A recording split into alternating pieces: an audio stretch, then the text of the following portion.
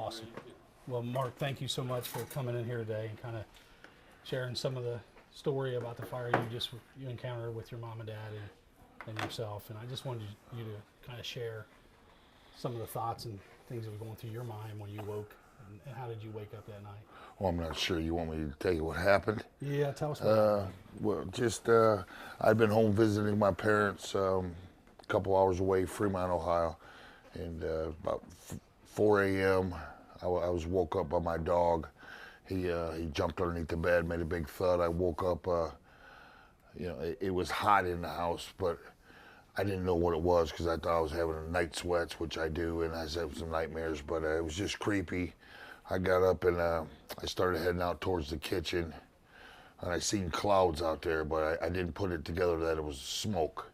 And then I'm walking closer. I grabbed my back door just to look outside, see what's going on, and the doorknob was on fire. I burnt my hand pretty bad right there, 3rd-degree burns, and then I heard the worst noise ever. I heard some falling windows up above, and that's when I put it together real quick, and I realized the fire's everywhere inside the house.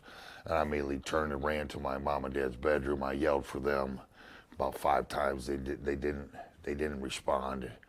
And I got a sick feeling that, that they were dead or something.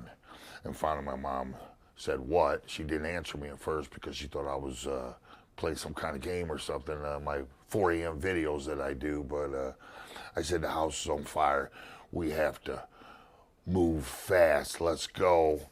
A lot more intense than that. But they got up, came around. I grabbed my dad. I turn around now. I do see the smoke now. I realize this ain't no dream. This is.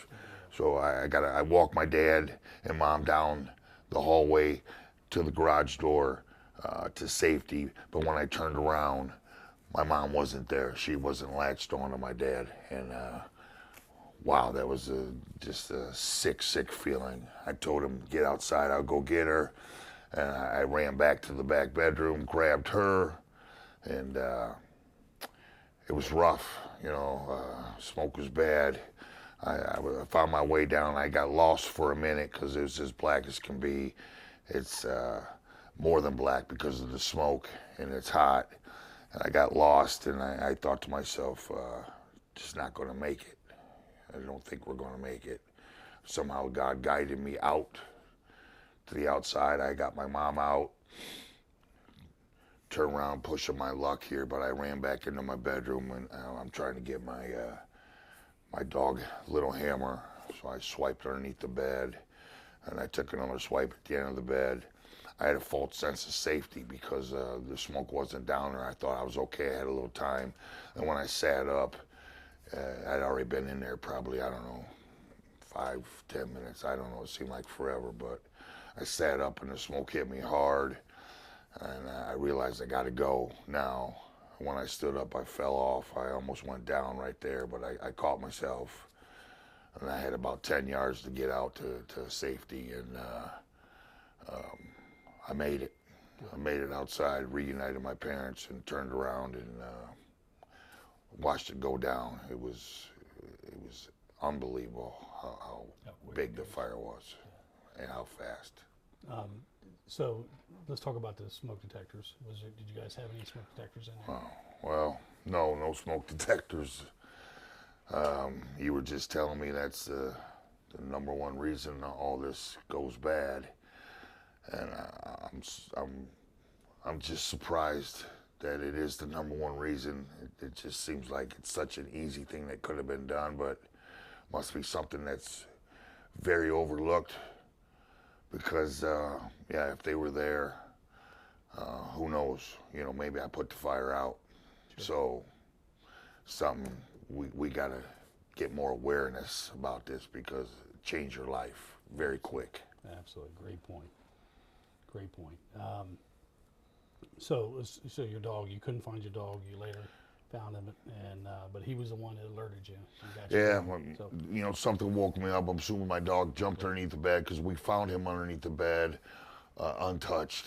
Yeah. Died of smoke inhalation, but a big thud woke me up. I'm assuming it's him, and then we went from there. So he saved my life, and then got to get the fire alarms because it would have changed the game. Yeah, would have been a game changer, no doubt.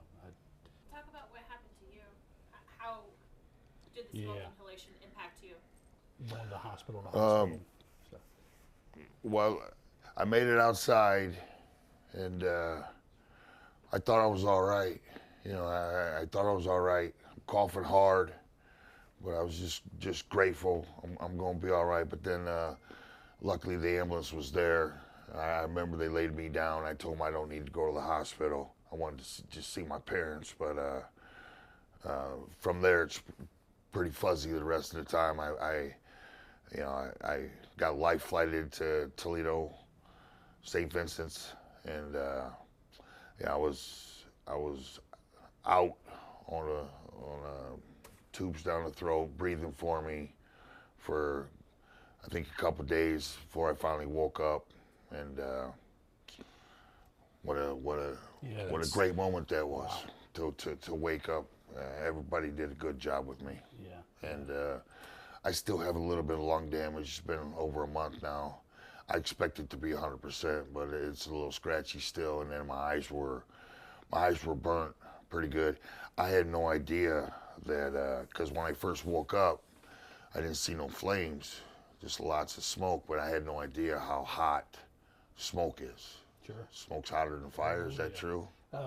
We prefer to see fire. Let's say that the smoke is what gets the superheated gas up above us, Yep. and that's what you were feeling. Superheated gases coming down on you, Wow, rushing down on you, knocking you to the ground. So, well, just and so much respect for you, my man, and all the firemen in this world.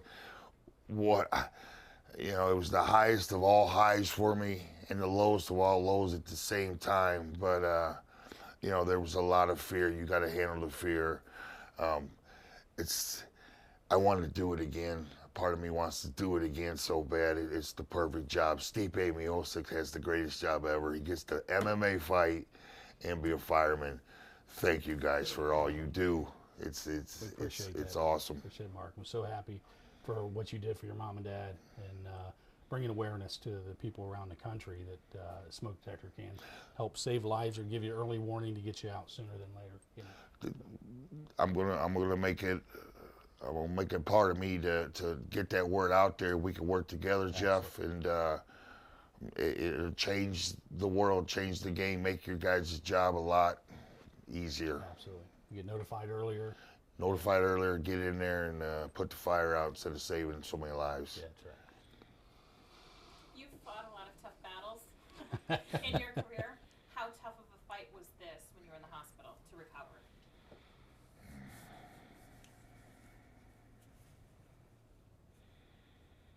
You'd much rather fight a person than this, right? Fighting that fire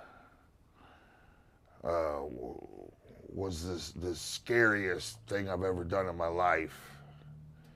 I would have liked to have a little training next time. So I was just winging it. I didn't cover up my face or anything, but the respect I have for the firemen now is, and I'm a pyromaniac. I loved fire as a little kid. I got in all kinds of trouble. They sent the fire marshal to my house to come get me to stop playing with the fire, but this one was incredibly scary, and to make it out was the biggest relief, greatest feeling I've ever had. But then I remember being out but half awake fighting, and just that's me. I knew I was going to be all right because I'm a fighter, and my daughter's there with me. And I remember being out but holding her hands, and my daughter even said she was crying the whole time, very hard. When the nurses were all worried about her, but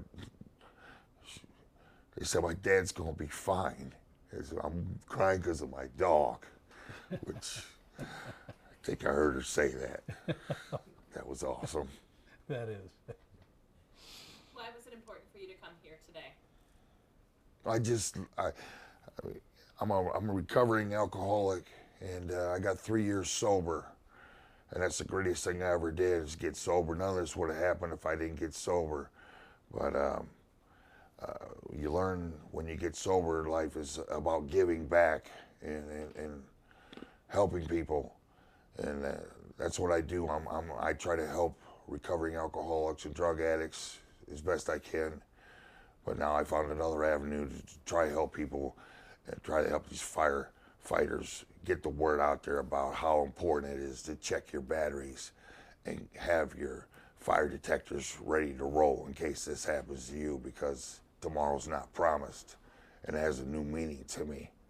I always knew tomorrow wasn't promised, but now I realize in a flick it's reality.